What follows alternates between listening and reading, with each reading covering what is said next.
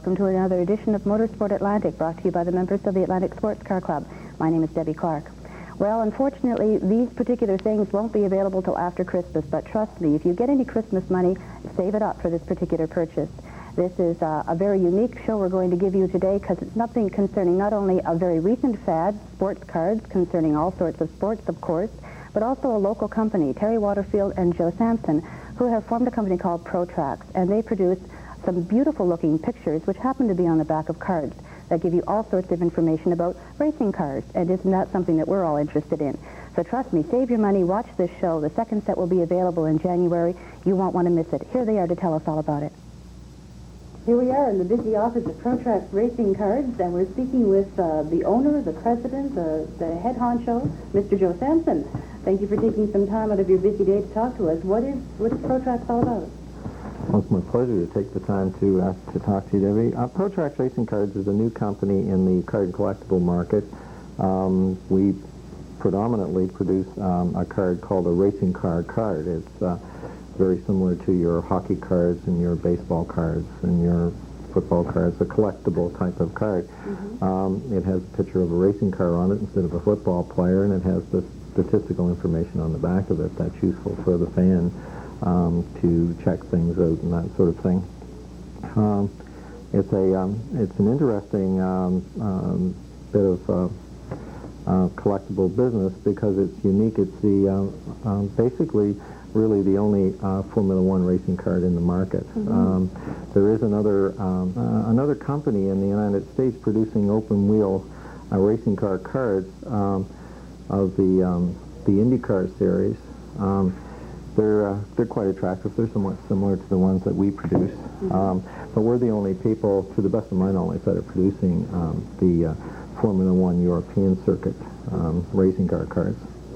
There must be quite a market for those then, because of course Formula One, the Grand Prix, the epitome of auto racing, a lot of collectors there for it? Well, one would think so, but what I always have to try to make the general public understand is that in the card collectible business, you are not necessarily making and selling the cards to the fan directly. Now, don't misunderstand me. There are a lot of fans, and they are very interested in buying Formula One racing car cards. But the hobby, in general, is a collectible hobby. Mm-hmm. And the people who look for cards are not necessarily racing car fans. They're collectible fans, so they're looking for something new, something different. Mm-hmm. And this is new and this is different, and it is a quality product. It's probably, we like to think it's the high-end card, the superior type of card, such as the ProTracs and the upper deck type of cards. It's a good quality coated, UV coated, which is something sort of a plastic coating that goes on these cards. Mm-hmm. And helps to preserve them and keep the edges, all of those things that are important to collectors. Collectors are very particular about edges and corners and how the cards are cut and those sort of things. And one of the real basic foundations of this business is the quality that makes the product of the quality of it, that it is the photography that goes into it. Mm-hmm. And we are very fortunate in that we have a local photographer who works with us and produces top quality photography. He's a racing car specialist, in my opinion, a racing specialist, in my opinion, if you will. And his name is Terry Waterfield. He lives in Halifax. He's been here for many, many years, and I think you know him. He works on your show from time to time. Okay. A lot of people perhaps aren't aware of how superior the quality of his photography is. I mean, I'm of the opinion that he's a world-class photographer, and he's as good as anybody anywhere in the world. Mm-hmm. So we agree. Yeah. So he gives us. He makes my job easier than it probably should be. In a lot of other instances, I think people who are doing card and collectible types of business would have to go out and search out photographic content. I'm particularly lucky. I have him right here on staff. He works with me. He's also a technical consultant. He has a a great deal of input into the product in terms of the technical information that goes onto the card. So yeah, he's just been a real find for me, and he's made my job just a heck of a lot easier.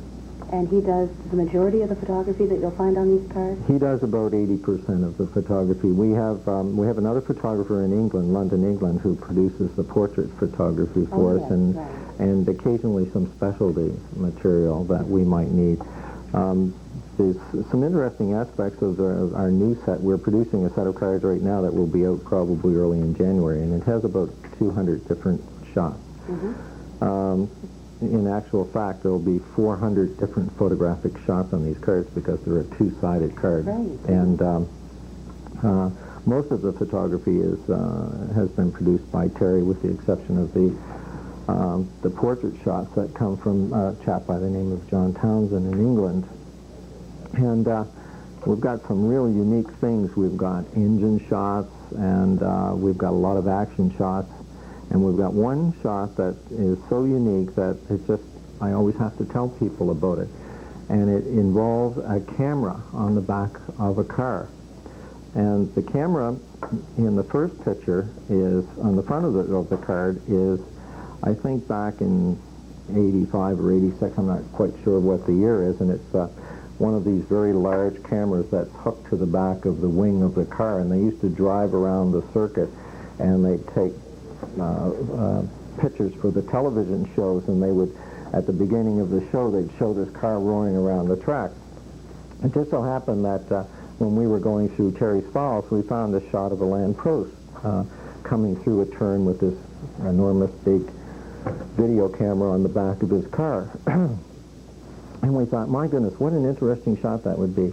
Too bad we didn't have something of the most recent technology, because today they have in-car cameras that go the whole race, as you know, and you know, rain or shine or whatever.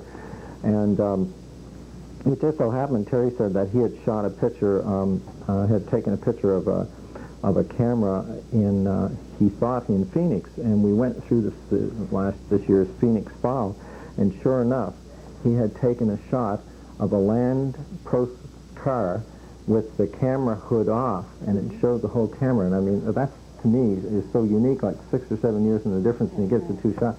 So we included it in the set. Oh, that's fascinating. That's why he's so special to me in terms of his photograph, because he keeps coming up with these things that you, when you least expect them. And it's all those little extras that make up the whole thing. Makes all the difference. Picture of a car going down the track. Yeah. Yes, It makes all the difference in the world, and there's, and as you go through, when the cards are produced and you see the set, you'll see a lot of unique shots in the set that you're not going to see in any other series. He has this knack of picking corners and angles and things that make it a little different from the ordinary. It is a real technique, and of course the photographers usually get to get the best views of racing tracks. So. Well, you know, it's photographers. I've been to some of the races. I've been to the Indy races, and I've been to a Formula One race, there's sometimes I think there's as many photographers there as there are fans, and photographers have to fight for the right to get into specific spots, and he seems to have the knack to be able to push the other guys out of the way.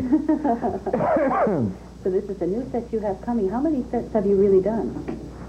Our first inaugural edition, we produced 6,000 sets of cards, and we've sold all of those. Great. It was mainly we did that sort of as a test, to try to test the market to see what the receptiveness of that product would be. We've had an incredible response. We've had letters from all over the world, from all over North America, encouraging us to produce a second set. So we're going with the second set. This time, the set is larger. The first set had 105 cards. This set has 200 cards. This time we'll be producing them in the little foil wraps with 10 cards, so that the younger generation collectors can, not everybody has $30 to buy a set of cards, but a lot of people have $2 to buy a foil, and they can build their sets up as they go, sort of like over the weeks. Excuse me. Are you going to include any bubble gum with them, or can you just the foil-wrapped card? No, I'm afraid not. We're not in the bubble gum business. That's a very specialized business, and we're just in the card You don't collection. ruin the card. No. Where can you buy them now? You say that the first set has all been, and this is really new. Now, this started just this past year or so? We started the 1st of June, as a matter of fact, and we're sold out, which we think is fairly outstanding. I mean, Yes, it's I'm sure. we didn't do a lot of advertising. Most of it was done by just word of mouth type of thing. Our new set of cards we're promoting heavily. We've produced a brochure. Yes. It has a lot of pertinent information, along with some prototypes of the cards, which are pretty exciting. Now, this is what the distributor would receive? The distributor would receive this. He would take it to the wholesaler. The wholesaler, in turn, would take it to the retail outlet, and they would get a good idea of what the product looks like and what the content is and what's involved in the set. By doing this, this is something that is really standard practice in the industry. Yes, And this is a very attractive brochure. We didn't have the benefit of this for the first set, so. And still managed to sell out stuff. Still managed to sell it. Now, how did you lock into such great timing? I mean, cards, they're just coming into the fore. They've been around for years, of course, and avid collectors all over the place, but there are actually stores specializing in cards now. How did you look into that timing? I wish I could answer that question. Really? I really, I'm one of those people I'm always looking for something. I'm always looking for something new. And I was just sitting watching a race one Sunday afternoon, and I decided that I had never seen a sports collectible card on racing. And I went out and started to try to find out if there were any available. And I found out that there weren't very many available, and those that were available were predominantly available in the United States, and it was very difficult to get them. And one thing I've always believed is that anything that anybody else can do, I can do just as well, most of the times better. I like to think that, and I think we've proved it. We've proved that we can produce a product that's as good as anybody can produce anywhere in the world. And one of the nice things about this product, of course, is that it's produced locally. It's printed here in Halifax. All of the photographic artwork, the design work is done here. The people are all local people. The jobs that are being produced and are being maintained are all local jobs. And we have one little hitch in that we're going to have to send the product to Toronto to have it packaged in the little foil wraps, because no one here has the equipment and machinery to do it. It's a specialized type of a machine. But I hope nobody from Toronto's watching. We hope to do it here very shortly. Oh, I can imagine, yes. I'm sure they suspect that, but well, take your I don't want to discourage our packagers in Toronto and think we're going to cut them out, but we're hopeful that in ensuing years that we will be able to do the whole product assembly right here in the Halifax, Dartmouth area. Are you a sports card fan yourself? I'm not, but my son is, and he was collecting hockey cards, and that's sort of what kind of got us turned on to this. And he and I and Terry work pretty close together. We're sort of a unit, so that's sort of the way it got started. As far as the timing is concerned, that's just accidental. There's no logical reason why it happened now. Maybe good luck. Just meant to be. Yeah, just meant to be. Maybe just a little bit of good luck. And we hope that it's going to, continue on, and that we'll, do very well at it. Will you branch out into other sports, or are you going to concentrate on racing? We've signed the licenses for Grand Prix motorcycles, which is also a European circus that and is very exciting and very thrilling type of sport, and it's very dynamic. There's a lot of things happen, and so there's a lot of action involved in it. And of course, there's 10 zillion people out there driving motorcycles, so we think that there's a great market for that card. And we've got proposals out to about, 9 or 10 different organizations right now to do different types of cards. Our proposals are all being considered. Like we would like to do an IndyCar set next year, and then there's a couple of other areas that we we're going to do, but we just don't want to talk too much about them right now because we don't want to get everybody else running out there. Yes, that's right. Give too much away. Yeah, but yeah, we think that we will, you know, once we're able to crawl a little bit, then we'll probably start walking, and hopefully we'll do some other sets of cards, and it's just a natural transition to do that. Well, it seems to be so much once you start thinking about it, and of course every year there are driver changes, there are new people getting involved with both motorcycle and Formula One, and that kind of thing would always give you more material to shoot and to offer. But what about something on a local scene? You're not looking at a major market. You're not looking at maybe, you probably would not be talking about 2,000 or 3,000 cases of product. You might be talking about 300 or 400 cases of product for a season, and it's very difficult to produce that product at a price that's competitive.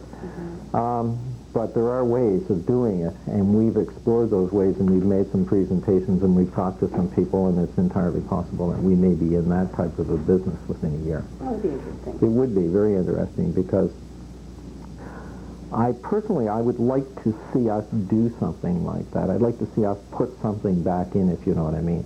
We may be able to take out a great deal for ourselves in terms of economic production with the major racing series. And if we can do that, maybe we can put something back into the local area to help to produce, you know, a product that will help to give them more exposure.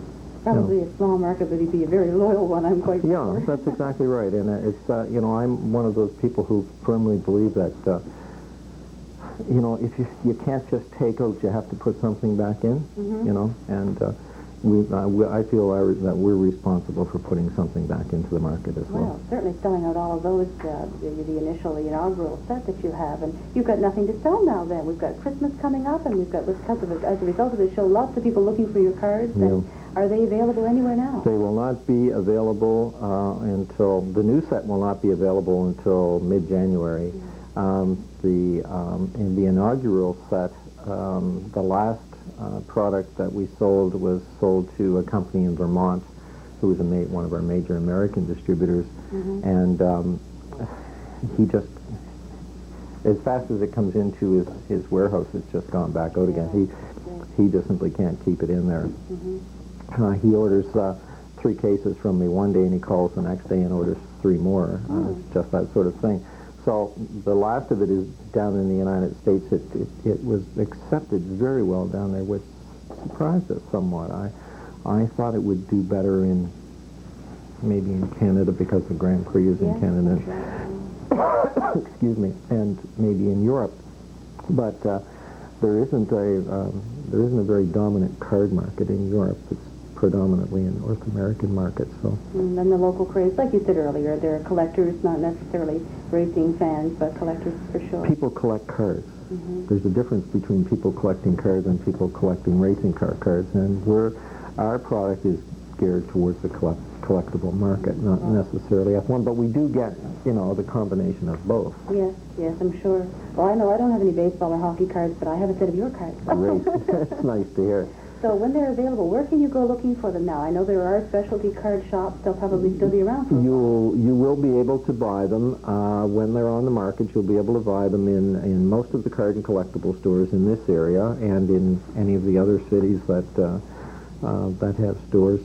You'll also, I believe, you'll be able to buy them in the mass marketing stores like Sobeys in the Bay and... Oh, yes, especially the foil packs. Yeah. Right. The foil packs will sell, I hope, will reach the retail market for about $1 a pack. Very reasonable. 99 cents to $1. From there, I think that the full manufacturer sets will sell for maybe $16 or $17 a set. And then we'll have a third product, which we call a specialty set, which has a full 200 card set in it. It will have a binder, and it will have inserts that go inside of it. We have a binder here somewhere, if I could find it. Thank you very much. Magic desk. Magic. That's nice. It will look similar to this. It will be this type of a binder. It will be in production carton, and inside it will have a box with a set of cards of 200 cards in it, and it will have the inserts, and then all you have to do is just take the cards out of the set and put them into the inserts, and then you've got, you know, a nice collectible product that you've got the cards you can look at, and they're also protected by the plastic inserts. This happens to be the inaugural edition set that we have, which is, I still get excited every time I look at it. They are very professional looking, though. You're right. They're a good quality product. Anyway, that's the sort of thing, and this will sell for something like $24.95 or something in that area, 20, depending on who the dealer is and how far it has to be shipped and a lot of things like that. But that's a very competitive price compared to the products that are on the market now. Well, that's great. I'm sure it'll go far and wide. Thank you very much, Mr. Joe Sampson, for taking the time to explain it to us. My pleasure. We've said it before, but as we have just heard from Joe Sampson, everybody thinks Terry Waterfield is a great photographer, obviously good enough to have all of these wonderful pictures put on cards. And we happen to have Terry here with us now to give us a little more insight into how he manages to do that. Most, as Joe, I think, mentioned earlier, that most people have been running around buying the photography from wherever they can get their hands on it. One of the problems with this, and one of the problems with the all-world set, is that there weren't many car pictures in. There wasn't much variety or excitement to the cards. I can go to the race knowing what we have in mind before I go. And it's not necessarily the kind of pictures that I would be doing for, say, a magazine article. Right. I like John Townsend, who shoots for Formula One pictures, which is his company actually, and does pictures for the Formula One community. He has a certain thing in mind that he has to provide to his clients. Doesn't leave him a lot of time to do the kind of thing that we specifically want. Where he is important to us is the fact that he has the driver's attention and gets the headshots that we need. Yeah. But he doesn't have the time to spend, say, a whole session or 2 sessions in the pits just doing the pictures that we use in the helmet. So I can go do that. I can go and do the individual car shots that we need while he has to do something else. But by the same token, in one of our series, we have a series from each track with the card on each track, which shows the track layout and the information as to the length and that sort of thing, records and so on that particular track for the 16 venues. Obviously, I didn't go to 16 Formula One races this year, so we've been able to get a picture from each track that I wasn't at from him. So that if I can go to 2, 3, or 4 races, whatever is necessary to get the bulk of the pictures and let him fill in, it doesn't take him away from what he's doing already. It's less expensive for us not having to pay him to be at 16 races because we know we have a John Townsend who's there anyway and can buy pictures per picture. And with me, it's a case of, well, I'm getting paid to be here for the year to do whatever is necessary. That may not only be Formula One. It could include a kart IndyCar series. It could include a sports car series. It could include a NASCAR or CAS car series, or it could be doing basketball or something else. And then in addition, I also have the responsibilities of looking through the pictures that we get. And I can see, as this thing becomes successful, getting great huge packages from photographers from all over the place trying to get in on the action, and it'll be my responsibility to go through these and see if anything fit our needs. And it's not necessarily that just because someone sends in good photography that it'll fit our needs. It has to fit a certain format, has to fit a certain feeling, so there's continuity through the cards. We feel that what we've got with the kind of thing that we put out in the first set and our second set, I know, is far superior in the way it looks and the appeal it's going to have and the dramatic photographs we have. So we have to continue that feeling. We've got some really nice stuff in this set. Now we have to do that again in the 1992 set, the 1993 set, or as far as it goes. And however many years down the road, when my old bones won't allow me to do it anymore, or my eyes are gone, or whatever, I'm still going to have some input into who is doing it so that we can continue it on from there. Well, you seem really excited about it, though. I can tell that you're really keen on the first set was probably just more of a catalyst than anything else. You're willing to charge on ahead. Hey, this is something that I spent the last 10 years trying to become more involved in. Motorsports, Formula One especially, is my favorite. Yeah. And here's a chance, suddenly, you know, a phone call from somebody that I knew but couldn't remember knowing because I was out of contact with where I'd met him before, saying, you know, you've got some pictures of some race cars. I'd like to have a look at them, and, you know, if this thing works out, I might have a job for you, or I might have you on a retainer to run around the world and take pictures for me, you know. And I'm sitting at home saying, what are you talking about? Who are you? And then as things went on over the next 2 or 3 months, he walked in the house one day and said, you ready to go to Phoenix? Here's the plane ticket, here's some money. This is what I need. Yeah, okay, Joe, great, you know, fine, off we go. And it's gone from there. And then we're sitting here now with, you know, with a tiger by the tail, as a well-known gasoline company used to say a few years back. And hopefully we can control that tiger and get that tiger working for us in the next couple of years. And it looks pretty exciting, you know. I mean, it's going to be difficult to have to just, you know, jump on an airplane, go to Monaco or Paul Ricard or Silverstone or Montreal or wherever, or maybe, you know, Pennsylvania. But it'll be going to these places doing something that I've been involved with for now 10 years on a part-time basis, and now become involved on a full-time basis. And still being able to live, you know, in a place that I like very much, Halifax, where I have a lot of friends, both in and outside the motorsports community. So, yeah, I'm excited. It's a great opportunity, that's right. You're uniquely positioned to take advantage of it, and the business of you, because you have been very knowledgeable in Formula One. You're a real buff.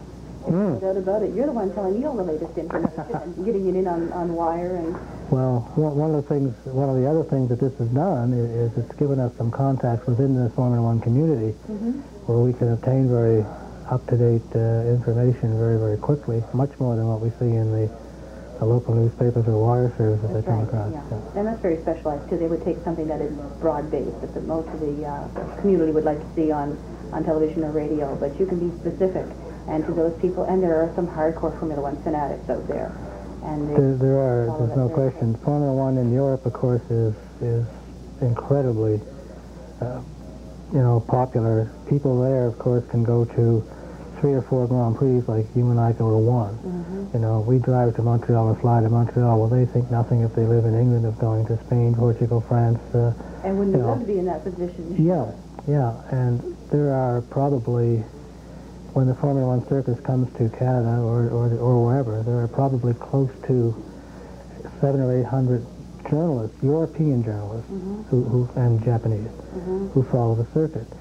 There are literally hundreds of magazines in Europe dealing only with motorsport. That's right. So there's a tremendous interest there in the sport, and of course they're very fortunate to get about 8 or 9 of the races in Europe. Oh, yes.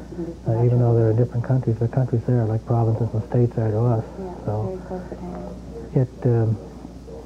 There's a tremendous amount of information available to these journalists from the Formula One community, which doesn't filter back here to us. But now we are hooked into some of that information, so I love that. It gives me a really up-to-date... Yes, all those little technical tips. Well, Terry, thank you very much for taking time to be on the other side of the camera in this case. You've been able to bring us lots of interesting information, whether it be cars or cards. Thanks again. Pleasure, as always. Well, that's our show for tonight. See if you can keep on saving your money so not only can you buy the cards,